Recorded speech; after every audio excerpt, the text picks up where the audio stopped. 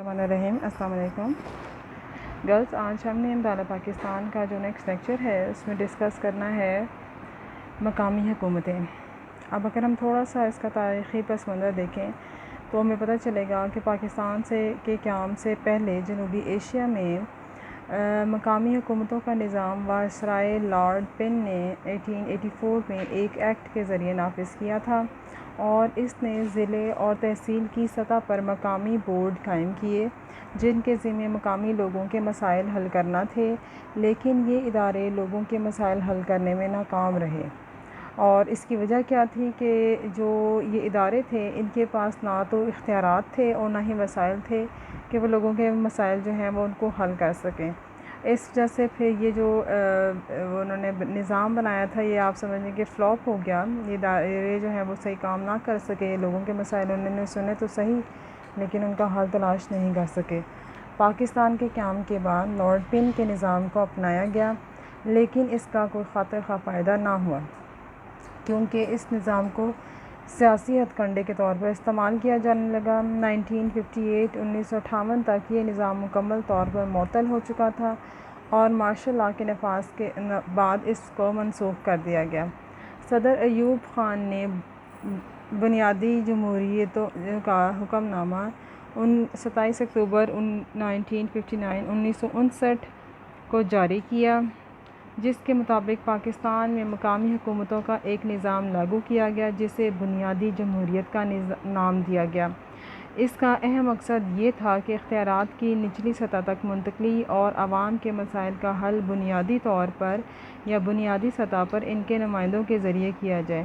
یہ نظام بھی کوئی خاطر خواہ تبدیلی نہیں لا سکا اور نہ ہی لوگوں کے مسائل حل کر سکا کیونکہ اس کو انتخابی ادارے کے طور پر استعمال کیا گیا، لہٰذا حکومت کی تبدیلی کے ساتھ یہ نظام بھی ختم ہو گیا۔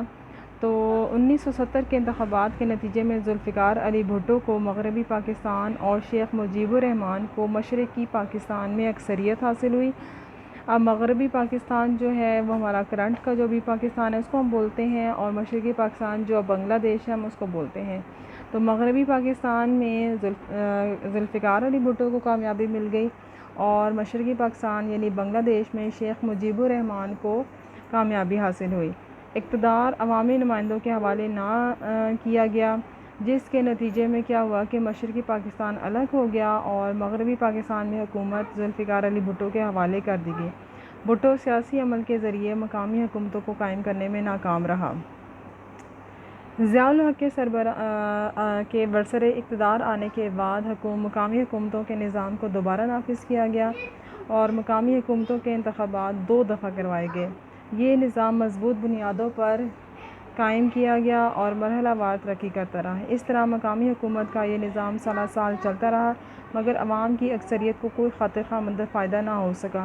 موجودہ نظام کی خامیاں اور دور کرنے کے لیے جنرل پرویز مشرف کی حکومت نے 12 اکتوبر 1999 کو حکومت سنبھالنے کے بعد مقامی حکومتوں کے نظام میں واضح تبدیلیاں لانے کا وعدہ کیا تاکہ اقتدار عوام کی نچلی سطح تک منتقل ہو سکے۔ صدر پاکستان نے نئے نظام کے تحت مرحلہ وار انتخابات دسمبر 2000 اور اگست 2001 کے درمیان کروائے اور اس کا اجراء 14 اگست 2001 کو کیا۔ یہ نظام 3 درجاتی ہے جس میں ضلعی حکومتیں، تحصیل کی حکومتیں اور یونین کی حکومتیں شامل ہیں۔ اب اختیارات کی تقسیم کا منصوبہ اگر ہم دیکھیں تو یہ منصوبہ باقاعدہ طور پر 14 اگست 2001 کو لاگو کیا گیا، جس کی بنیاد درجہ ذیل نکات پر ہے: سیاسی اختیارات کی نچلی سطح تک تقسیم، انتظامی اختیارات کی عدم مرکزیت، وسائل کی ضلعی سطح پر منتقلی، مقامی معاملات میں عوام کی شرکت۔ مقامی حکومتوں کے موجودہ آرڈیننس 2001 میں مقامی حکومتوں کو 3 درجوں میں تقسیم کیا گیا: ضلعی حکومت، تحصیل یا ٹاؤن حکومت، یونین حکومت۔ اب اس کی اگر تھوڑی سی ہم ڈیٹیل دیکھ لیتے ہیں۔ ضلعی حکومت ناظم، نائب ناظم، ضلع کونسل اور ضلع انتظامیہ پر مشتمل ہوتی ہے اور اس کے سربراہ جو ہے اس کو ہم ناظم بولتے ہیں۔ ناظم کی مدد کے لیے ضلعی رابطہ آفیسر جسے ہم DCO بولتے ہیں وہ ہوتا ہے۔ ضلعی ناظم اس بات کو یقینی بناتا ہے کہ ضلعی انتظامیہ صحیح طور پر کام کر رہی ہے۔ ضلع انتظامیہ کا سربراہ ضلعی رابطہ آفیسر DCO ہوتا ہے۔ پھر نیکسٹ آتا ہے ضلعی ناظم۔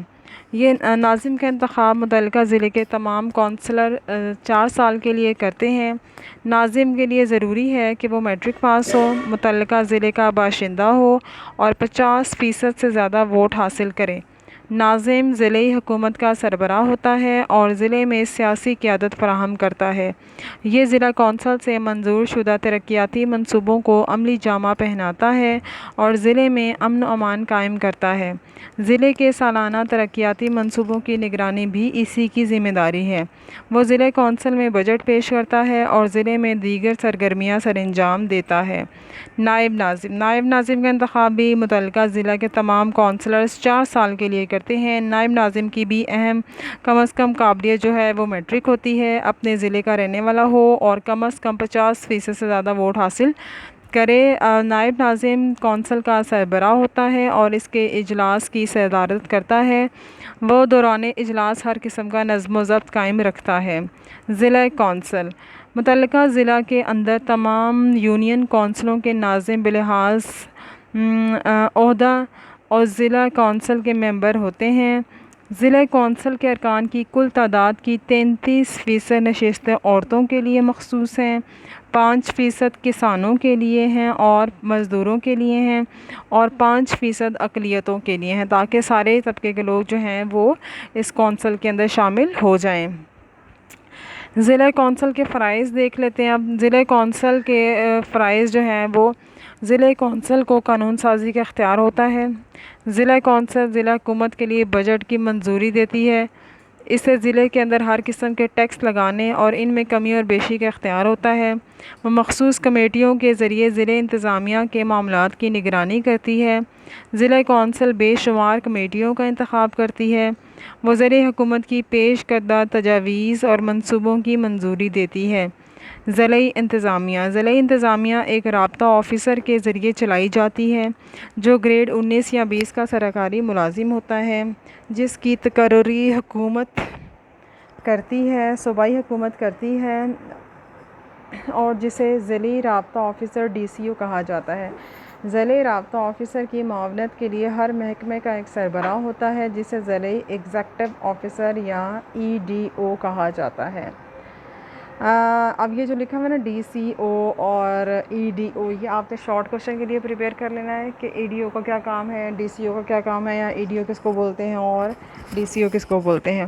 ضلع انتظامیہ میں 12 محکمے ہوتے ہیں۔ کون کون سے محکمے؟ انسانی وسائل، سول ڈیفنس، زراعت و جنگلات، دیہی ترقی، تعلیم، امور مالیات و منصوبہ بندی، صحت، انفارمیشن ٹیکنالوجی، قانون، خواندگی، نظم و ضبط،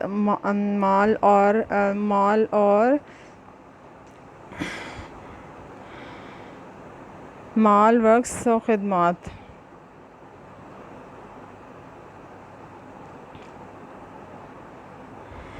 ضلع رابطہ آفیسر DCO کے فرائض: ضلع کے تمام محکموں سے رابطہ رکھ کر اس کو قانون کے مطابق چلانا، ضلع میں مناسب منصوبہ بندی کرتے ہوئے ضلع انتظامیہ کو مؤثر بنانا، ضلع میں تمام منصوبوں اور پروجیکٹوں کی تیاری کرنا، ضلع کونسل سے منظوری حاصل کرنا اور نگرانی کرنا، ضلع ناظم کی انتظامی و مالی فرائض کی سر انجام دہی میں مدد کرنا، ضلع کے لیے بجٹ تیار کر کے ضلع کونسل سے منظوری حاصل کرنا۔ تو گرلز یہ آپ کا ایک شارٹ کوشچن ہے کہ ضلع رابطہ آفیسر DCO کے کیا فرائض ہیں۔ اس طرح سے ایک اور شارٹ کوشچن بن جاتا ہے کہ ضلع ایگزیکٹو آفیسر EDO کے فرائض جو ہیں وہ بیان کریں، تو یہ ایک علیحدہ شارٹ کوشچن بن جائے گا۔ کیا فرائض ہیں؟ اپنے محکمے کی کارکردگی کو بڑھانا، اپنے محکمے کی عوام کی خدمت کے ضمن میں کارکردگی کو بڑھاتا ہے، ضلع کی نگران کمیٹیوں کو محکمے سے متعلقہ اطلاعات بہم پہنچاتا ہے، وفاقی اور صوبائی حکومتوں کے قوانین کو لاگو کرتا ہے، اپنے محکمے کی ترقی کے منصوبے تیار کرتا ہے۔ تحصیل یا ٹاؤن حکومت۔ تحصیل حکومت میں ناظم، نائب ناظم، تحصیل یا ٹاؤن کونسل اور تحصیل یا ٹاؤن انتظامیہ شامل ہوتے ہیں۔ ناظم و نائب ناظم۔ ناظم و نائب ناظم متعلقہ تحصیل یا ٹاؤن کے کونسلروں سے 4 سال کے لیے منتخب ہوتے ہیں اور جن کی قابلیت میٹرک ہوتی ہے۔ ناظم تحصیل یا ٹاؤن حکومت کا سربراہ ہوتا ہے اور نائب ناظم تحصیل کونسل کا ناظم کو اپنی تحصیل میں وہی اختیارات حاصل ہوتے ہیں جو ضلع میں ناظم کو ہوتے ہیں، یعنی وہ تحصیل میں تمام انتظامی اختیارات کا مالک ہوتا ہے۔ تحصیل یا ٹاؤن کونسل متعلقہ تحصیل یا ٹاؤن کی تمام یونین کونسلوں کے نائب ناظم بلحاظ عہدہ تحصیل یا ٹاؤن کونسل کے ممبر ہوتے ہیں، اور تحصیل یا ٹاؤن کا نائب ناظم اس کا سربراہ ہوتا ہے، وہ اس کے اجلاس کی صدارت کرتا ہے۔ تحصیل یا ٹاؤن کونسل کو اپنی تحصیل یا ٹاؤن کونسل میں وہی اختیارات ہوتے ہیں جو ضلع کونسل کو ضلع کی سطح پر ہوتے ہیں۔ تحصیل یا ٹاؤن انتظامیہ تحصیل یا ٹاؤن انتظامیہ تحصیل میونسپل آفیسر TMO اور 4 تحصیل آفیسروں پر مشتمل ہوتی ہے جو کہ مندرجہ ذیل شعبوں کے حوالے سے معاملات کی نگرانی کرتی ہے۔ میونسپل کی زمین اور جائیداد کا انتظام کرنا اور میونسپل قوانین کو لاگو کرنا، پانی، سیوریج، صفائی، سڑکوں اور سڑکوں پر روشنی کا بندوبست کرنا، میونسپل اور دیہی منصوبہ بندی، زمینوں کا استعمال اور سرکاری امارات کا بندوبست کرنا، بجٹ، مالیات اور اکاؤنٹ وغیرہ کا بندوبست کرنا۔ پھر دیکھتے ہیں یونین حکومت۔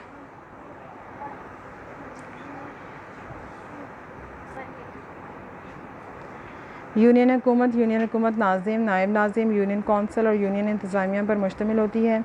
شہری دیہی علاقوں میں فرق ختم کر دیا گیا ہے اور مخصوص آبادی پر ایک یونین حکومت قائم کر دی گئی ہے۔ ناظم و نائب ناظم جو ہے کا انتخاب ایک پینل میں یونین کونسل کے عوام براہ راست کرتے ہیں جن کی تعلیمی قابلیت میٹرک ہوتی ہے۔ ناظم یونین حکومت کا سربراہ ہوتا ہے، اس کو اپنے یونین میں وہی اختیارات حاصل ہوتے ہیں جو ضلعی ناظم کو ضلع میں ہوتے ہیں۔ نائب ناظم کی غیر موجودگی میں بطور ناظم فرائض سر انجام دیتا ہے۔ یونین انتظامیہ میں 3 سیکرٹری ہوتے ہیں جو یونین کونسل کو چلانے کا کام کرتے ہیں۔ ان میں secretary, union secretary, union committee secretary فرائض متعلقہ میونسپل اور سیکرٹری دیہی ترقی شامل ہوتے ہیں۔ یہ ناظم کی نگرانی میں کام کرتے ہیں۔ یونین کونسل کے ارکان کی تعداد 13 ہے جن میں 1 ناظم، 1 نائب ناظم، 4 مرد جنرل کونسلر، 2 خواتین جنرل کونسلر، 2 مرد مزدور اور کسان، 2 خواتین مزدور اور کسان اور 1 نشست اقلیت کی ہے۔ عوام براہ راست یونین کونسل کے ارکان کا انتخاب کثیر رکنی حلقے سے کرتے ہیں۔ یونین کونسل کے فرائض۔ ہر یونین کونسل مندرجہ ذیل فرائض سر انجام دیتی ہے۔ یونین کونسل اپنے فرائض یونین انتظامیہ اور مانیٹرنگ کمیٹیوں کے ذریعے سر انجام دیتی ہے، سالانہ ترقیاتی منصوبے اور بجٹ کی منظوری دیتی ہے۔